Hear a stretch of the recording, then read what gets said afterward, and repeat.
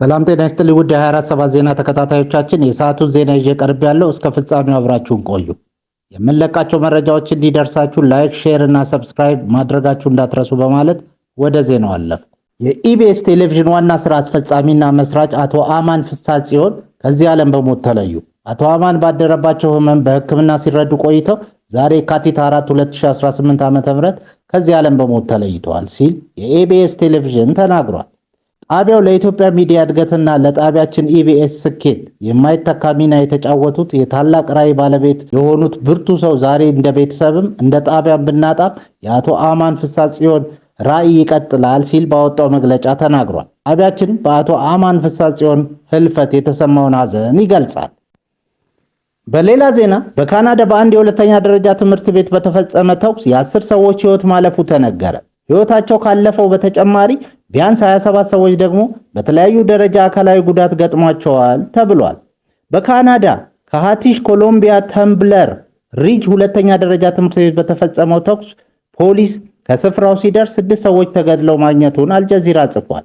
ሌላ አንድ ሰው ወደ ሆስፒታል እየተወሰደ ህይወቱ ማለፉ እንዲሁም ሌሎች 2 ሰዎችም በሌላ ቦታ ህይወታቸው አልፎ መገኘቱን ፖሊስ ተናግሯል። የመረጃ ምንጩ ጥቃቱን ፈጽሟል ተብሎ የተጠረጠረው ግለሰብም በተመሳሳይ ህይወቱ አልፎ ተገኝቷል ብሏል። ፖሊስ ድርጊቱን ፈጽሟል ተብሎ የተጠረጠረው ግለሰብ ማንነት አረጋግጫለሁ ቢልም ዝርዝር መረጃ ከማውጣት ግን ተቆጥቧል። ከሞቱት መካከል ምን ያህሉ ተማሪዎች እንደሆኑ አልገለጸም። በካናዳ እንዲህ አይነት ጥቃት ያልተለመደ ስለሆነ ብዙዎች ድንጋጤ ውስጥ ከቷል ተብሏል። በዚህ ድንገተኛ ጥቃት ምክንያት የካናዳው ጠቅላይ ሚኒስትር ማርክ ካርኔይ ወደ ጀርመን ሊያደርጉት የነበረውን የሥራ ጉዞ መሰረዛቸውም ተሰምቷል። ዚምባብዌ ፕሬዝዳንት ኤመርሰን ሞናንጋግዋን የስልጣን ዘመን የሚያራዝም ህግ ልታጸድቅ ነው። የቀረበው የህግ ማሻሻያ የካቢኔውን ድጋፍ ማግኘቱን አልጀዚራ ጽፏል። በአዲሱ እቅድ መሰረት የፕሬዝዳንቱ የስልጣን ዘመን ከ5 ዓመት ማሻሻያ ተደርጎበት ወደ 7 ዓመት ከፍ ብሏል። ይህም ለ5 ዓመታት የዘለቀውና በጎርጎሮሳውያኑ 2028 የሚያበቃው የምናንጋግዋ የስልጣን ዘመን እስከ 2030 ድረስ እንዲቆይ ያደርገዋል ተብሏል። በቀረበው የህግ ረቂቅ ማሻሻያ መሰረት የፕሬዝዳንቱ ምርጫ በህዝብ አብላጫ ድምፅ መሆኑ ቀርቶ በፓርላማው አብላጫ ድጋፍ እንዲሆን የሚጠይቅ መሆኑንም ተነግሯል። ማሻሻያው በፕሬዝዳንቱ በሚሰየመው ምክር ቤት ውስጥ ከተመረጡት ውጪ ተጨማሪ 10 ሴናተሮች በራሳቸው የመምረጥ መብትም ያጎናጽፋቸዋል። ይህም የምክር ቤቱን የአባላት ቁጥር ወደ 90 ከፍ እንዲል ያደርገዋል ተብሏል።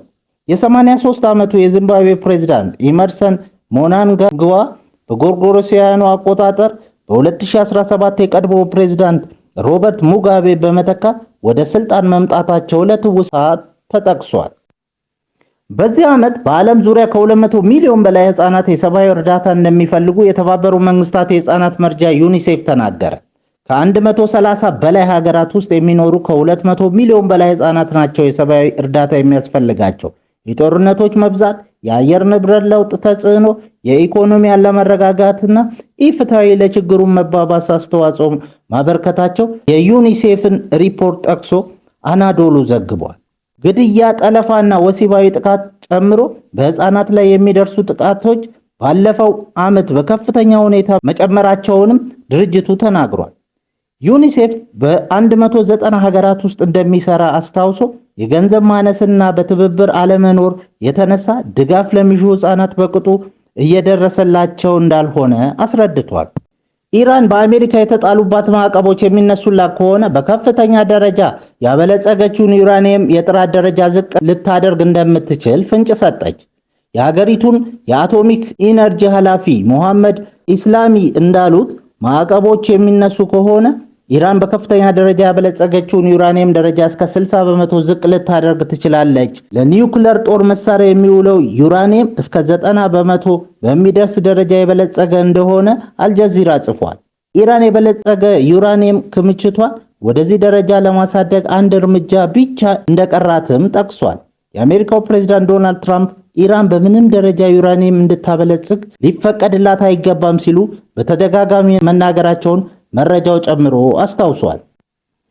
ለረጅም ጊዜ አገልግሎት አቁሞ የነበረው የሱዳኗ ዋና ከተማ ካርቱም አየር ማረፊያ በድጋሜ አየር ሊጀምር ነው ተባለ። የአየር ማረፊያው ስራ መጀመር እንደ አንድ ወሳኝ ምዕራፍ የሚታይ እንደሆነ አልአፍሪካን ዶት.ኮም ጽፏል። አየር ማረፊያውን በመጠቀም ሰብአዊ ድጋፍ ለሚሹ የሱዳን ዜጎች እርዳታ ማቅረብ ያስችላል ነው ያለው። በጄኔራል አልቡራን በሚመራው የሱዳን መንግስትና በጄኔራል መሐመድ ዳጋሎ በሚታዘዙት ፈጥኖ ደራሽ ኃይሎች መካከል በተቀሰቀሰው ጦርነት ምክንያት አየር ማረፊያው ስራ አቁሞ ቆይቷል። ፈጥኖ ደራሽ ኃይሎቹ ወደ ሱዳን ብሔራዊ ጦር ይቀላቀሉ መባሉን ተከትሎ በሁለቱ ወገኖች መካከል ጦርነቱ እንደተቀሰቀሰ መረጃው አስታውሷል። ኩባ ለአውሮፕላን ነዳጅ መሙላት የማትችልበት ደረጃ ላይ መድረሱ ተሰማ። አሜሪካ ኩባ ነዳጅ እንዳታገኝ ከልክላ እያስጨነቀቻት ነው። በኩባ ያለውን አስተዳደርም ያለምንም የጥይት ድምፅ በዚሁ ጫና ፍርስርሱን አወጣዋለሁ ብላለች። የኩባ ዜጎች በነዳጅ እጥረት ምክንያት ወጥተው መግባት እየተቸገሩ ነው።